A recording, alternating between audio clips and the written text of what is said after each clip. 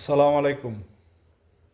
ছাত্র জনতার আন্দোলনকে কোনোভাবে ব্যর্থ হতে দেওয়া যাবে না। অন্তর্বর্তীকালীন সরকারকে ব্যর্থ করার জন্য চতুর্দিক থেকে ষড়যন্ত্র করছে। ছাত্র জনতার যে বিপ্লব হয়েছে, এই বিপ্লবকে ব্যাঘাত করার জন্য ওপার থেকে অনেক ধরনের ষড়যন্ত্র করছে। বিশ্ব দরবারে বাংলাদেশকে মৌলবাদী দেশ প্রমাণ করতে সীমান্তর ওপার থেকে পতিত ফেরেস্ট নতুন করে ষড়যন্ত্র করছে।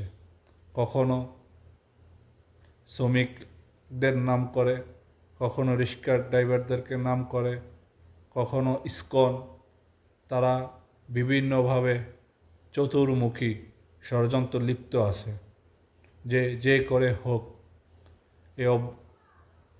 এই অন্তর্বর্তীকালীন সরকার ডক্টর মোহাম্মদ ইউনূসকে ব্যর্থ করার জন্য তারা যত চেষ্টা আছে সব ধরনের চেষ্টা তাদেরকে করতেছে। অপরদিকে সেই ষড়যন্ত্রের বড় ভূমিকা রাখছে ভারতের মিডিয়া।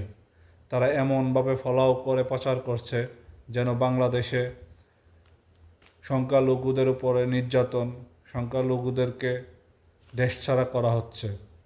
কিন্তু তারা পুরা মুসলিম, হিন্দু, খ্রিস্টান পুরা সংখ্যালঘু বলছে। বাংলাদেশে কোথাও একটা এমন ধরনের কোনো ঘটনা হয়নি, কিন্তু তারা এমনভাবে ফলাও করছে যাতে এটা বিশ্ব দরবারে প্রচার হয়। ইন্ডিয়া এমনভাবে প্রচার করছে যাতে এটা আমেরিকার নজরে পড়ে।